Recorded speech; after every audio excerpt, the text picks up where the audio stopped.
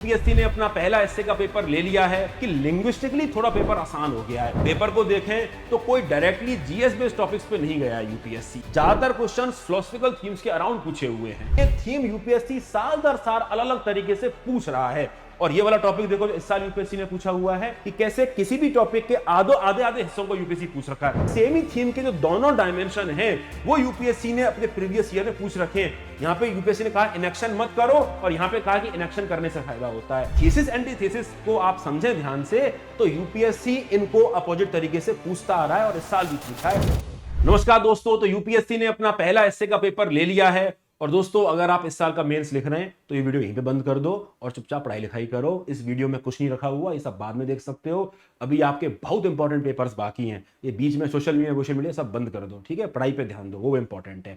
बाकी के लिए हम देखते हैं कि यूपीएससी का आज का पेपर हमको क्या सिखाता है, कौन सी लर्निंग्स हैं जो हम अपने काम में ले सकते हैं। तो देखिए, सबसे इंपॉर्टेंट जो विजिबल नजर आता है वो नजर आता है कि लिंग्विस्टिकली थोड़ा पेपर आसान हो गया है। काफी कम नंबर ऑफ वर्ड्स हैं। पहले लंबे लंबे थोड़े से क्लिष्ट सेंटेंसेस यूपीएससी पूछता था, कॉम्प्लेक्स सेंटेंसेस काफी आते थे, थोड़ा उसमें आसानी करी गई है, नंबर ऑफ वर्ड्स थोड़े कम कर दिए है ना। लेकिन दोस्तों, इन कम वर्ड्स पे मत जाना। वो कहते हैं ना, देखन में छोटन लगत घाव कराएं गंभीर, वो वाली बात है। देखिए, सेंटेंस जितना छोटा होगा उतना ही डायमेंशन जनरेट करने के लिए हमको ज्यादा मेहनत करनी पड़ेगी। देखिए, बड़ा बड़ा अगर क्वेश्चन होता है तो तोड़ना उसको आसान होता है, डायमेंशन जनरेट करना आसान हो जाता है। जब छोटा सेंटेंस होता है तो हम ही को काफी मेहनत करनी पड़ती है। तो निश्चित रूप से समझने में शायद आसानी हो जाए, निश्चित रूप से नंबर ऑफ वर्ड्स कम हो जाए, लेकिन लिखने में मुझको लगता है कि ज्यादा डिफिकल्ट हो जाता है। जितने आसान क्वेश्चंस होते हैं, जितना आसान पेपर लगता है, वो उतना ही डिफिकल्ट होता है लिखने के लिए। बात को ध्यान रखिएगा। तो ये एक इंपॉर्टेंट बात है जो इस पेपर से हमको नजर आती है कि लिंग्विस्टिकली आसान किया गया है, पर मुझे लगता है कि लिखने में से डिफिकल्टी बढ़ती है, कम नहीं होती है।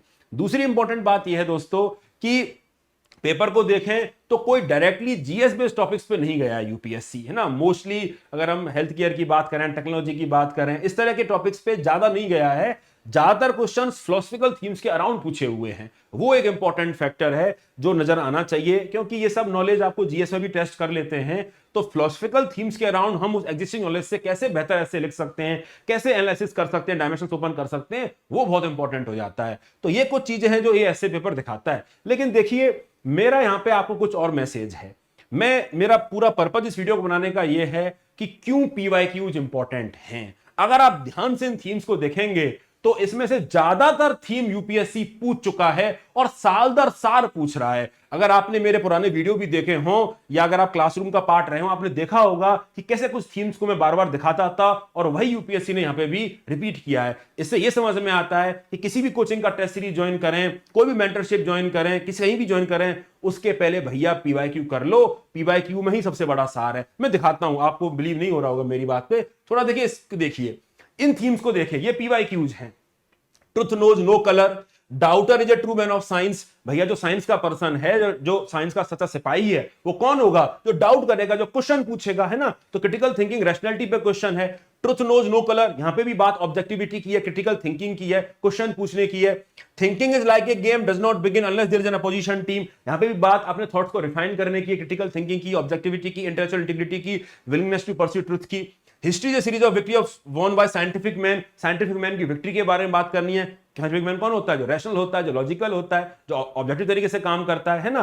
तो education is what remains after one has forgotten what one has learned in the school. तो कैसे एजुकेशन का प्राइम पर्पज इंसान की कैपेबिलिटी ओपन करना है। हमारी कैपेबिलिटी का मतलब कि हमारी सोचने की क्षमता बढ़ाना है, क्वेश्चन पूछने की क्षमता बढ़ाना है, क्रिटिकल थिंकिंग बढ़ाना है। तो कहने का मतलब ये थीम यूपीएससी साल दर साल अलग अलग तरीके से पूछ रहा है। और ये वाला टॉपिक देखो जो इस साल यूपीएससी ने पूछा हुआ है, क्या है? A well educated mind will always have more questions than answer. तो देखिए, अगेन यहां पे भी जो वेल एजुकेटेड माइंड की डेफिनेशन है वो क्या दी हुई है कि जो क्रिटिकल थिंकिंग रखता है, जो ऑब्जेक्टिविटी को फॉलो करता है ना, जो इंटेलेक्चुअल इंटीग्रिटी फॉलो करता है, जो जिसके पास विलिंगनेस टू परस्यू ट्रुथ है। तो कहने का मतलब ये थीम यूपीएससी बार बार अलग अलग तरीके से पूछ रहा है। ये एजुकेटेड माइंड ही तो है जो ट्रुथ में कलर नहीं देखेगा, है ना, जो ट्रुथ को ऑब्जेक्टिव तरीके से देख पाएगा। कलरिंग का मतलब यही तो है कि बहुत ज्यादा सब्जेक्टिविटी आपने घुसा दी। तो एजुकेटेड माइंड क्या करेगा? वो क्वेश्चन करेगा, उससे पूछेगा भाई ट्रुथ कितना एब्सोल्यूट है, कितना किस हद तक ये सच है। तो कहने का मतलब यह है कि अगर आप टॉपिक्स को देखें तो ये थीम बहुत इंपॉर्टेंट है और यूपीएससी इस थीम को बार बार रिपीट करता है। इस बार भी आपने इस थीम पे क्वेश्चन देखा है तो ये थीम आपको जरूर तैयार कर लेनी चाहिए अगले साल के लिए। देखिए एक और थीम मैं आपको दिखाता हूं। इस बार एक प्रश्न आया है कि shelving hard decision is the least ethical course, कि कठोर निर्णय को टालना सबसे कम नैतिक मार्ग है। मतलब अगर कई बार होता है ब्यूरोक्रेसी में देखते हो, या हम व्यक्तिगत स्तर पर भी बात करें तो कई बार डिसीजन मेकिंग नहीं हो पाती है। हम कई बार ऑस्ट्रिच एटीट्यूड रख लेते हैं ना, कि विपत्ति अपने आप चली जाएगी, हम एक्शन नहीं लेंगे।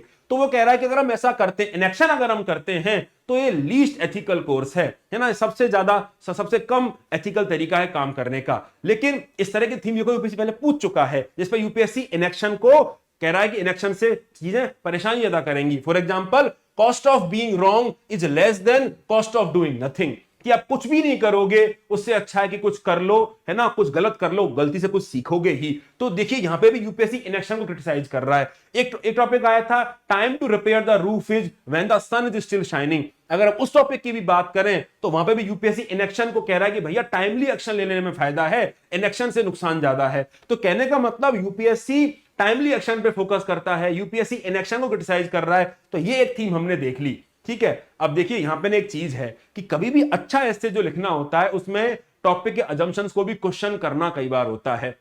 ये भले ही आपको ऐसे दिखा हुआ है कि भैया कठोर निर्णय को टालना सबसे नैतिक मार्ग है, लेकिन कई बार टालना भी जरूरत पड़ जाता है ना। अगर आप यूपीएससी के काफी क्वेश्चंस देखेंगे तो आपको दूसरी डायमेंशन भी ओपन होकर दिखाई देगी। और ये जो थीम है दोस्तों, ये यूपीएससी बार बार रिपीट करता है। मतलब किसी एक टॉपिक का नेगेटिव डायमेंशन पहले पूछ लेगा, अगले साल उसका पॉजिटिव डायमेंशन पूछ लेगा। ये जो आप देखेंगे ना, ये थीम में भी आपको दिखाऊंगा कि कैसे किसी भी टॉपिक के आधे आधे हिस्सों को यूपीएससी पूछ रखा है। ये वाला देखो, muddy water is best cleared by leaving it alone, है ना, कि कोई भी गंदा पानी है, मटमैला पानी है, वो अपने आप साफ हो जाता है बाय लीविंग इट अलोन। अब ये तो कह रहा है कि भैया कई बार इनएक्शन जो है वो अच्छा तरीका होता है, यहां पे मना कर रहा है कि इनएक्शन नहीं लेना चाहिए। तो कहने का मतलब ये है कि टॉपिक के दोनों डायमेंशन हमको समझ में आने चाहिए, क्योंकि जब हम इसको लिखेंगे तो हम उल्टा भी लिखेंगे कि भाई हर बार लिविंग इट अलोन जो है वो अच्छा डिसीजन नहीं होता है, कई बार एक्शन लेना पड़ता है। वो कहते हैं ना कि no decision is also a decision, है ना, बट यहां पे हम लेंगे कि कई बार डिसीजन लेना पड़ता है। डिसीजन नहीं लोगे तो ज्यादा परेशानी बात आएगी।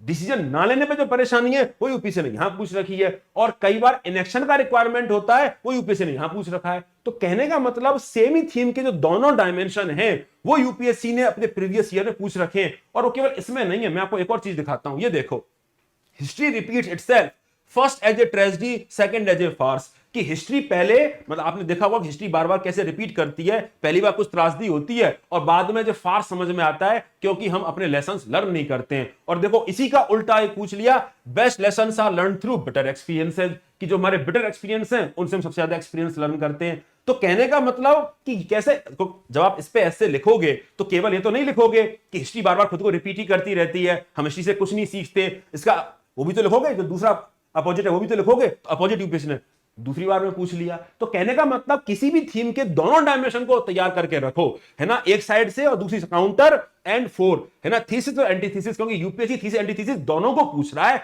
अलग अलग सालों में। ये भी आप देख सकते हो। देखो इसको लिखोगे तो इसको भी लिखोगे, और इसको लिखोगे तो आप ये भी बताओगे कि क्यों हम नहीं सीख पाते। भाई नहीं सीख पाते इसलिए तो कहते हैं कि हिस्ट्री बार बार खुद को रिपीट करती है, अपने लेसन को हम नहीं सीख पाते। इसको देखो, poets are unacknowledged literature of the world, कि जो पोएट्स हैं उनके जो आइडियाज है वो आज भी कैसे रूल कर रहे हैं। क्योंकि पोएट्स कौन होता है, रोमांटिक पीपल होता है ना, थोड़ा इमेजिनेटिव होता है, थोड़ा सा लोग कहते हैं इम्प्रैक्टिकल होता है ना, यही तो पोएट्स होता है, रोमांटिक पीपल होता है। पोएट्स से बड़ा रोमांटिक पीपल कौन है। और इसका उल्टा पूछ लिया कि history is the series of victories won by the scientific man over romantic man. इस वाले से में क्या पूछा हुआ है कि जो हिस्ट्री है वो साइंटिफिक मैन का रोमांटिक मैन पे विजय प्राप्त करने की श्रृंखला है। तो क्या हमेशा साइंटिफिक मैन की विजय रही है? नहीं रही है। रोमांटिक मैन ने भी अपना काम करके दिखाया है। और अगले साल पूछा था कि पोएट्स का रोल बताओ। तो कहने का मतलब पोएट्स भी तो रोमांटिक होते हैं। तो कहने का मतलब कि आप दोनों एसेज में देखेंगे कि थीसिस और एंटीथीसिस टाइप की चीज यूपीएससी ने अलग अलग तरीके से पूछ रखी है। और एक अच्छा ऐसे जब आप लिखेंगे तो दोनों पर्सपेक्टिव को बिल्ड करके आएंगे। ये बहुत इंपॉर्टेंट चीज जो मैं आपको बता रहा हूं। यहां पे भी आप देखिए, यहां पे यूपीएससी ने कहा इनएक्शन मत करो, और यहां पे कहा कि इनएक्शन करने से फायदा होता है। तो अगर हम यूपीएससी के क्वेश्चंस को बहुत अच्छे से करते हैं, क्योंकि आप इनमें से किसी भी एक पैसे लिखोगे, थीसिस भी लिखोगे तो एंटीथीसिस लिखनी ही पड़ेगी। यहां पे भी अगर आप लिखोगे कि साइंटिफिक मैन की विक्ट्री रही है, तो आप रोमांटिक मैन का कंट्रीब्यूशन तो बताओगे ना। तो रोमांटिक मैन कंट्रीब्यूशन बताओगे, वही चीज आप यहां पे देखिए। पोएट्स को पूछा हुआ है कि पोएट्स भी तो रोमांटिक होते हैं, मतलब कहने का मतलब पोएट्स भी तो इमेजिनेटिव होते हैं, विजनरी होते हैं, उनके आइडियाज आज भी रूल कर रहे हैं। वही तो रोमांटिक मैन का कंट्रीब्यूशन है हिस्ट्री में कि इन्होंने हमको इमेजिनेटिव बनाया है। भाई किसी ने बताया होगा ना चांद सी महबूबा होगी, तो चांद के बारे में इमेजिन किया। साइंटिफिक मैन ने तो बस रास्ता निकाला कि वहां तक पहुंचना कैसे है ना। तो कहने का मतलब दोनों ही साइंटिफिक मैन, रोमांटिक मैन का कंट्रीब्यूशन रहा है। बट पर्पज ये नहीं है डिस्कस करने का साइंटिफिक रोमांटिक मैन।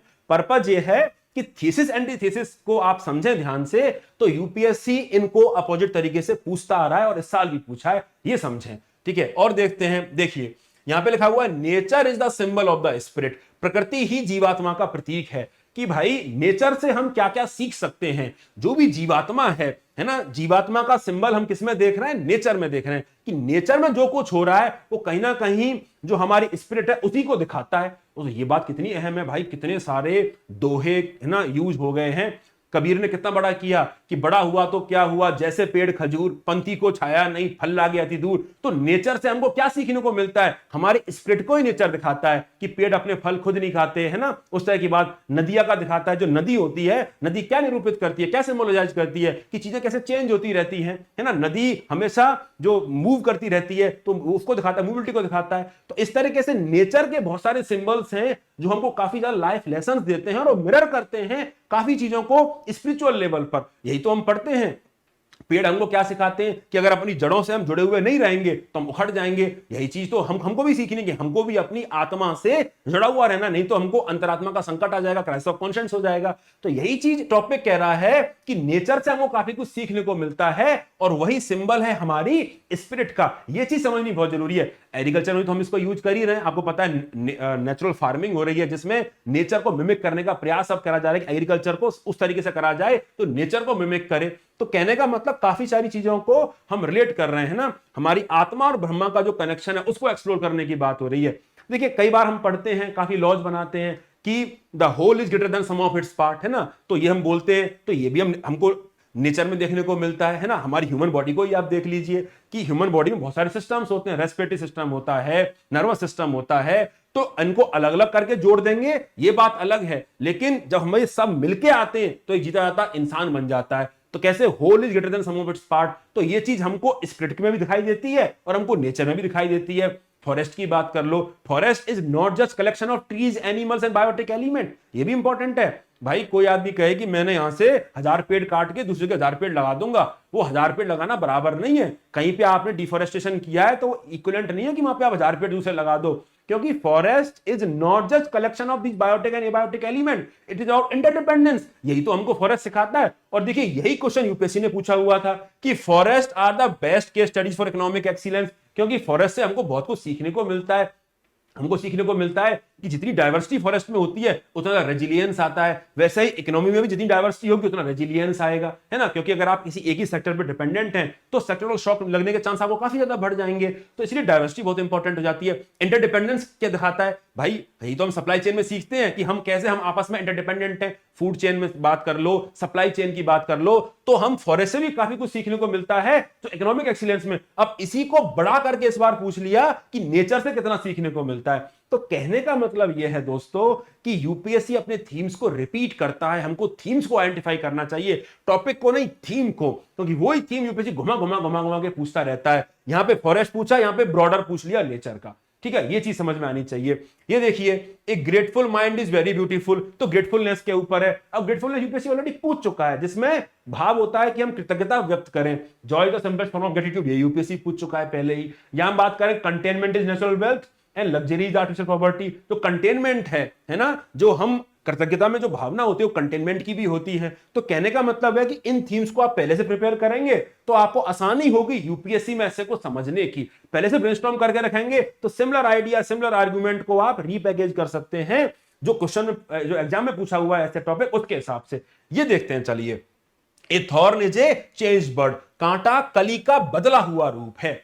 भाई जो चीज आपको कांटे के रूप में नजर आ रही है वो पहले कली थी। मतलब कहने का अब कांटा क्या होता है भाई, कांटा एडेप्टेबिलिटी दिखाता है कि हार्श कंडीशंस में कुछ है ना ऐसा चीजें होती हैं तो उससे व्यक्ति का स्वरूप चेंज होता है, किसी चीज का स्वरूप चेंज होता है, फॉर्म चेंज होता है। तो यही तो है कि हार्शनेस में, एडेप्टेबिलिटी में, है ना, ये चीज कैसे निरूपित होती है, कैसे सिम्बोलाइज होती है। और ये चीज यूपीएससी पहले पूछ चुका है कि best lessons are learn through bitter experiences, कि हम अपने बिटर एक्सपीरियंस से कैसे लर्न करते हैं। जैसे कई व्यक्ति होते हैं जो काफी चेंज हो जाते हैं, गांधी जी चेंज हो गए जैसे, है ना, जैसे बहुत लोग होते हैं, है ना, अशोका चेंज हुआ आफ्टर कलिंगा वार। तो कहने का मतलब बिटर एक्सपीरियंस के बाद आदमी चेंज होता है। तो वैसे ही कांटा है, जो कांटा पहले कली था, आज जो आप देख रहे हो वो किसी एक ट्रांसफॉर्मेटिव इंपैक्ट का परिणाम है। वो उसकी एडेप्टेबिलिटी दिखाता है, वो दिखाता है कि उसने हार्श कंडीशन से कैसे डील किया। यही चीज दोस्तों यहां पे ली हुई है ना, the years teach much with which the days never know, है ना। तो मतलब कैसे हम एडेप्टेबिलिटी पे फोकस करते हैं, कैसे हम जो